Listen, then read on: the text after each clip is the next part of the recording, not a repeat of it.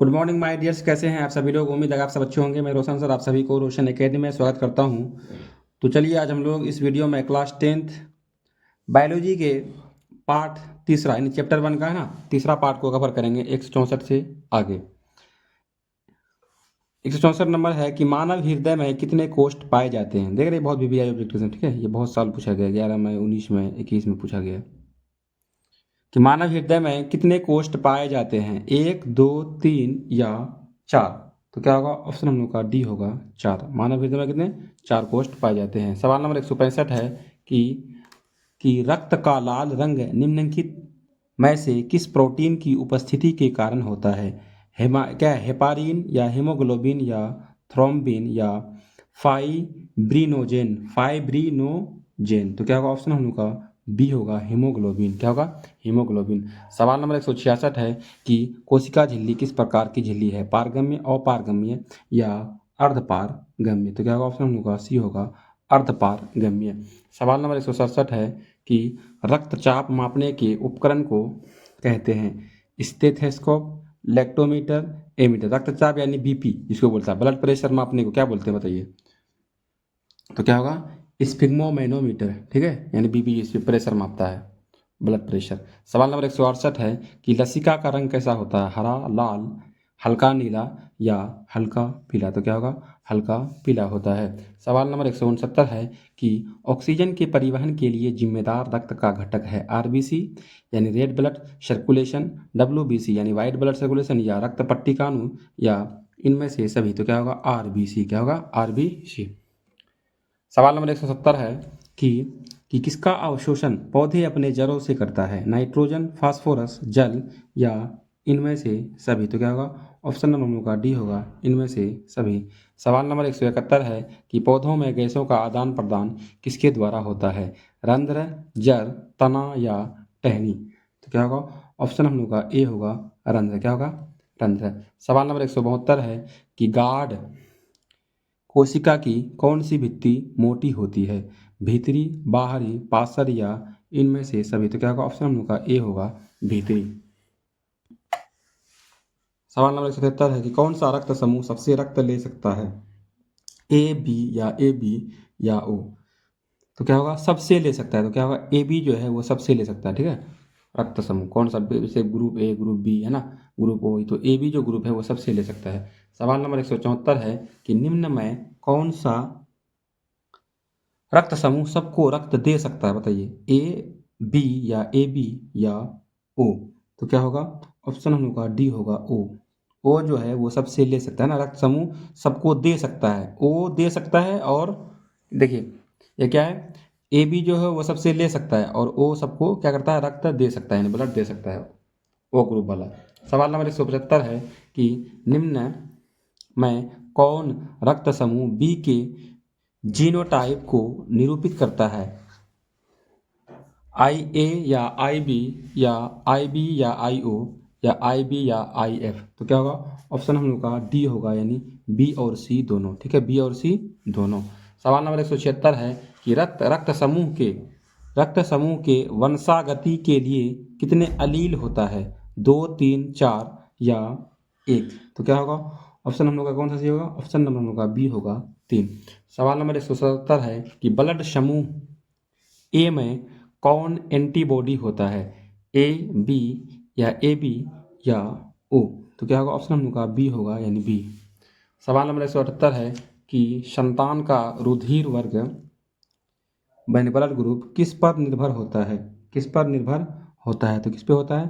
तो option number हम लोग का सी होगा यानी माता पिता के रुधिर वर्ग पर, है ना। सवाल नंबर 179 है कि ए पी ओ रुधिर वर्ग में किसका जीन प्रभावी होता है, रुधिर वर्ग ए या रुधिर वर्ग बी या रुधिर वर्ग ओ या ए बी दोनों। तो क्या होगा? ऑप्शन हम लोग का डी होगा यानी ए और बी दोनों। सवाल नंबर 180 है कि रुधिर वर्ग ओ का जीन होता है प्रभावी, अप्रभावी या दोनों। तो क्या होगा? ऑप्शन हम लोग का बी होगा यानी अप्रभावी। सवाल नंबर 181 है कि ब्लड ग्रुप ओ का जीनोटाइप क्या होगा, आई ए या आई ओ या आई बी आई ओ या आई ओ या IA या IB, तो क्या होगा ऑप्शन हम लोग का सी सही होगा। ठीक है, IO ये क्या है ब्लड ग्रुप में O का जो क्या है जीनोटाइप होगा। ठीक है, सवाल नंबर 182 है कि निम्न में सबसे तेज हृदय धड़कन किसका होता है? हवेल, चूहा, हाथी या आदमी? देखिए तेज हृदय धड़कन मतलब किसका तेज धड़कता है, तो क्या होगा ऑप्शन हम लोग का बी होगा चूहा। ये चूहा का बहुत जल्दी धड़कता है। ठीक है, इसका बहुत तेज धड़कता है हृदय। सवाल नंबर 183 है कि फ्लोएम उत्तकों द्वारा कार्बोहाइड्रेट का परिवहन होता है ग्लूकोज के रूप में, फ्रक्टोज के रूप में, लैक्टोज के रूप में या सुक्रोज के रूप में? तो क्या होगा ऑप्शन हम लोग का डी सही होगा, सुक्रोज के रूप में। सवाल नंबर 184 है कि सामान्य अनुशीतलन रक्तदाब होता है, अनुशीतलन रक्तदाब होता है 80, 100 या 120 या 130? तो क्या होगा 80। क्या होगा 80? सामान्य क्या अनुशीतलन यानी 120 में जाता है, 80 में क्या होता है नहीं होता है ना 120/80। ठीक है, तो 120 में जाता है और 80 में क्या होता है वापस होता है।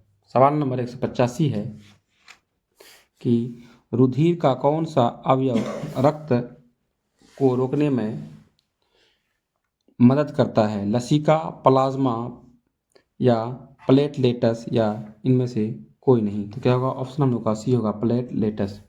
सवाल नंबर 186 है कि हृदय से रक्त को संपूर्ण शरीर में पंप किया जाता है फेफड़ों द्वारा, नीले द्वारा या आलिंदों द्वारा या इनमें से सभी? तो क्या होगा ऑप्शन हम लोग का बी सही होगा नीले। क्या होगा नीले द्वारा। सवाल नंबर 187 है कि जब आलिंदों में शिथिलन यानी फैलाव होता है तो दोनों नीले संकुचित यानी सिकुड़ता है, या एक नीले संकुचित होता है, या दोनों नीले शिथिल होता है, या इनमें से सभी?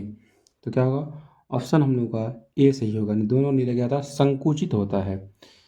अगला सवाल है सवाल नंबर 188 है कि सरीसृप के हृदय में कितने कोष्ठ होता है?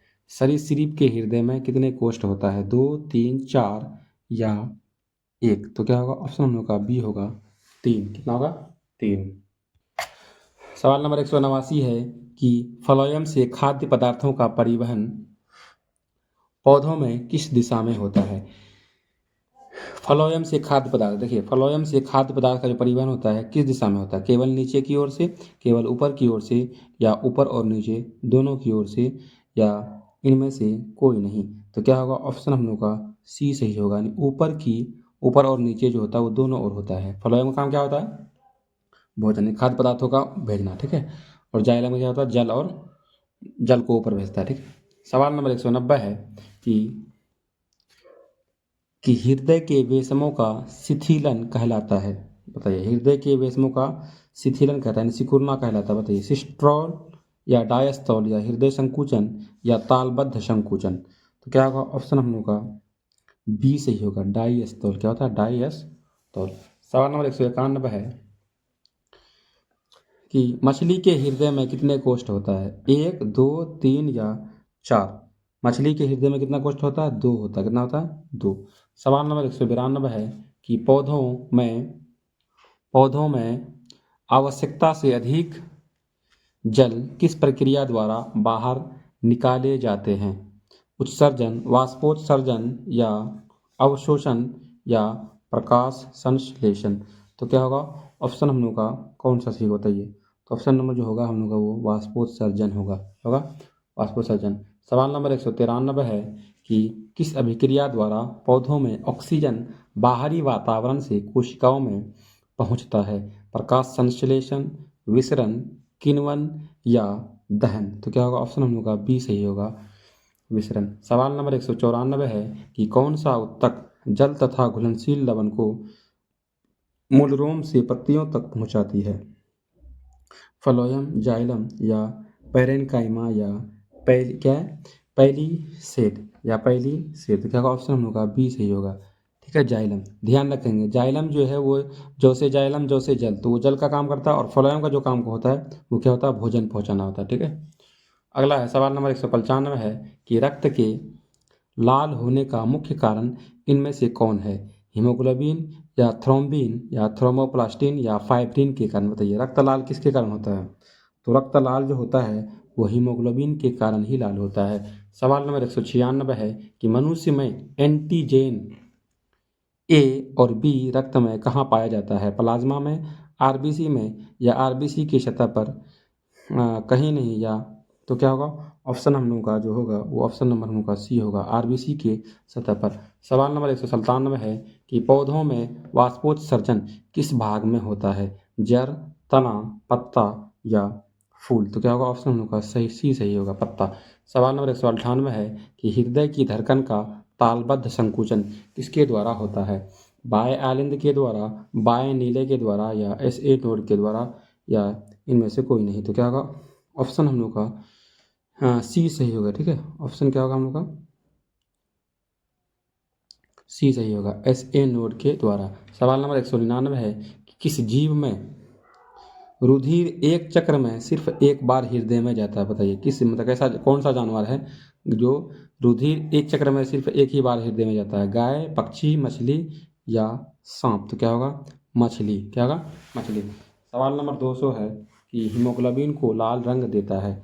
बताइए कौन लाल रंग देता है? तो क्या होगा?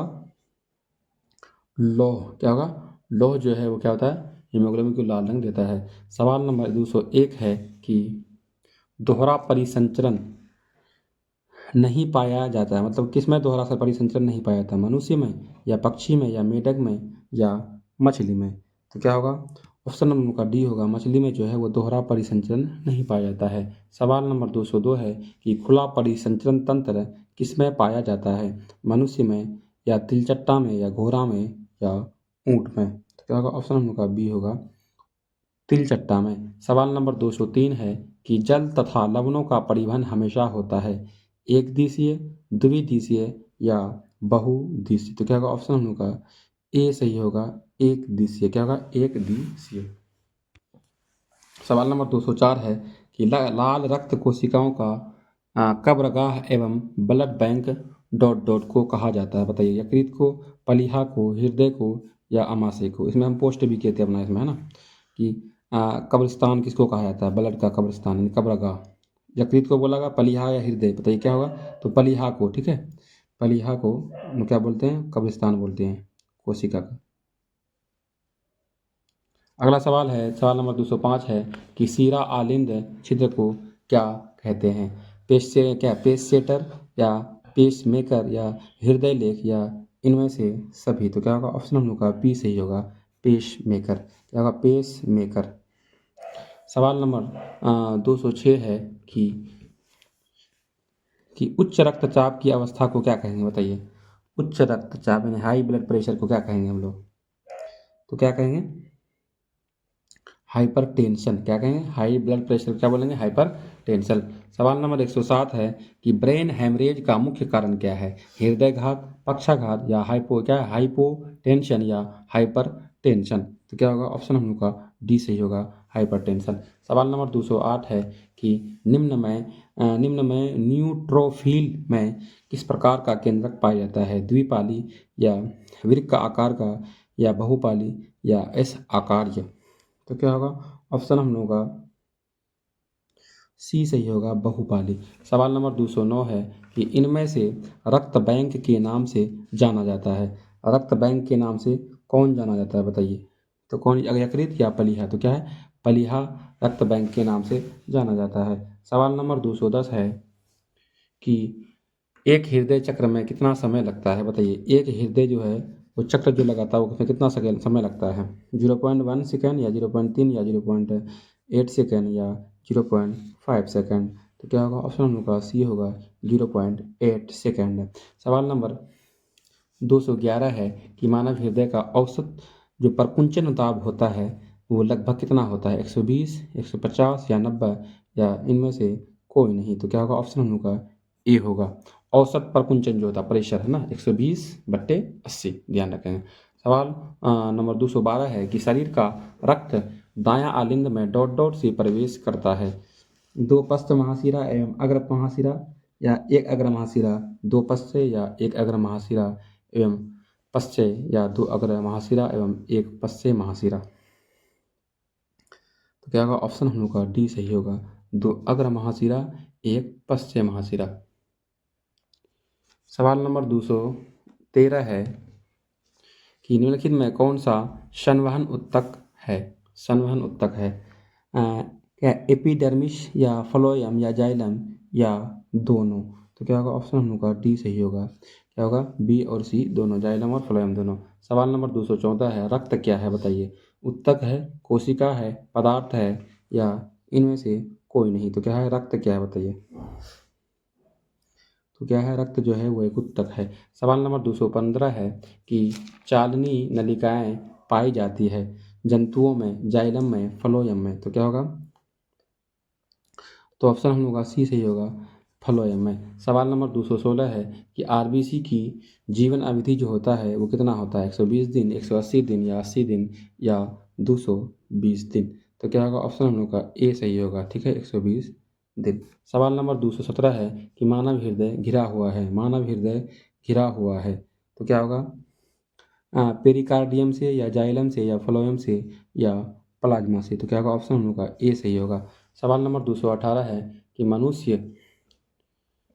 मनुष्य में श्वेत रक्त कोशिकाओं की जीवन अवधि कितनी होती है? श्वेत यानी डब्ल्यूबीसी का 12 से 20 दिन या 2 से 3 दिन या 20 दिन से 30 दिन या 4 महीना से अधिक? तो क्या होगा? ऑप्शन हम लोग का ए सही होगा। 12 से जो है वो 20 दिन की अवधि होता है डब्ल्यूबीसी का। आरबीसी का तो कितना होता है? 120 दिन होता है उसका।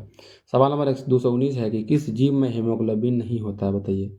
पक्षी में, मक्खी में या मनुष्य में या इनमें से कोई नहीं? तो क्या होगा?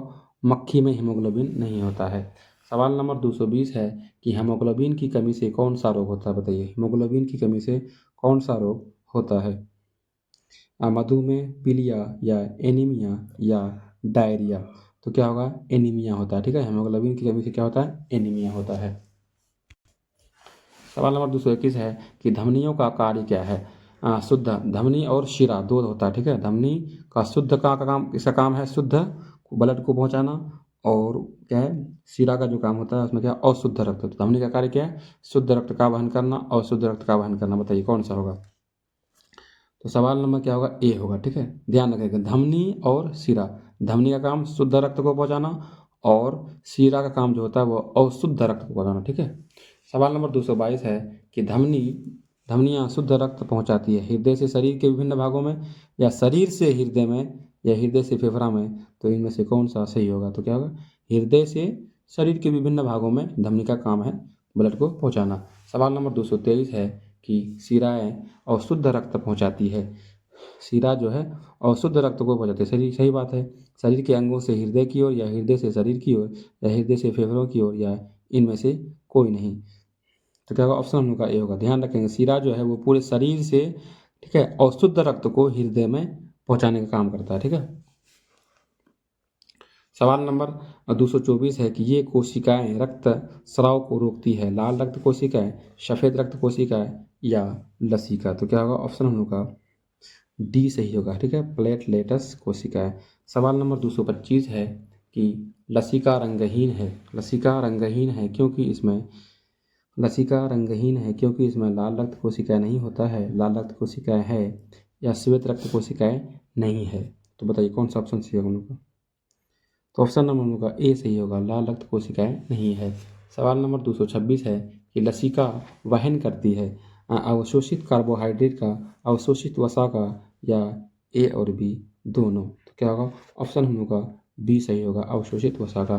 सवाल नंबर 227 है कि पौधों की जड़ों एवं मृदा के बीच आयन सांद्रण के अंतर से क्या होता है? मिट्टी से जल जड़ों में प्रवेश करता है, जल पत्तों से जड़ों में प्रवेश करता है या जल फ्लोएम में जाता है? तो क्या होगा? ऑप्शन हम लोग का ए सही होगा। ठीक है, मिट्टी से जल के जड़ों में प्रवेश करता है। सवाल नंबर 228 है कि रंध्रों द्वारा जल का निष्कासन क्या कहलाता है? प्रकाश संश्लेषण, उत्सर्जन, वाष्पोत्सर्जन या श्वसन? तो क्या होगा? ऑप्शन हम लोग का सी सही होगा, वाष्पोत्सर्जन। सवाल नंबर 229 है कि वाष्पोत्सर्जन का क्या महत्व है? खनिज अवशोषण एवं वहन में या जल का परिवहन में या ताप का संतुलन में या इनमें से सभी? तो क्या होगा? ऑप्शन हम लोग का डी सही होगा, इनमें से सभी। सवाल नंबर 230 है कि एस ए नोड द्वारा जनित विद्युत धारा को कौन सा यंत्र अंकित करता है? मतलब ऐसे जो नोड है वो कौन सा मशीन है इसको क्या करता है, क्या अंकित करता है, अंकित करता है। क्या है? सफाइग्मो मैनोमीटर या डायलाइजर या इलेक्ट्रोकार्डियोग्राफ या इनमें से कोई नहीं। तो क्या होगा ऑप्शन होगा, कौन सा सही होता है ये? तो ऑप्शन जो होगा हम लोग का बी सही होगा। ठीक है, डायलाइजर। क्या है? डायलाइजर। सवाल नंबर 231 है कि डॉट डॉट शरीर में एंटीबॉडी का निर्माण करता है। क्या है? लिम्फोसाइट, मैनोसाइट या बेसोफिल या न्यूट्रोफिल। तो क्या होगा ऑप्शन हम लोग का ए सही होगा। लिम्फोसाइट जो है वो शरीर में एंटीबायोटिक का निर्माण करता है। सवाल नंबर 232 है कि भोज्य पदार्थ का परिवहन किसके द्वारा होता है? फ्लोएम, जाइलम या स्टोमाटा या इनमें से सभी। तो क्या होगा ऑप्शन हम लोग का ए सही होगा। ठीक है, फ्लोएम। क्या होगा? फ्लोएम। सवाल नंबर 233 है कि रक्त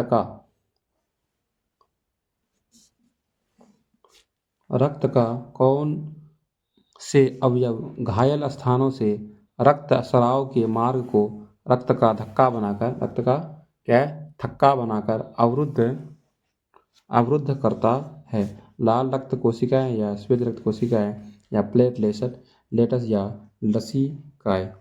तो क्या होगा ऑप्शन हम लोग का सी सही होगा। प्लेटलेटस। क्या होगा? प्लेटलेटस।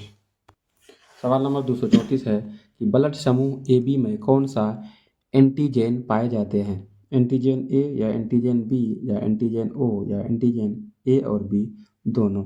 तो क्या होगा ऑप्शन हम लोग का डी सही होगा। ठीक है, ऑप्शन नंबर हम लोग का डी सही होगा, ए और बी दोनों होगा। सवाल नंबर 235 है कि दोपहर के परिसंचरण के एक चक्र में रक्त का वहन होता है हृदय और फेफड़ों के बीच, हृदय से शरीर के दूसरे अंगों के बीच या ए और बी दोनों। तो क्या होगा ऑप्शन हम लोग का सी सही होगा, ए और बी दोनों।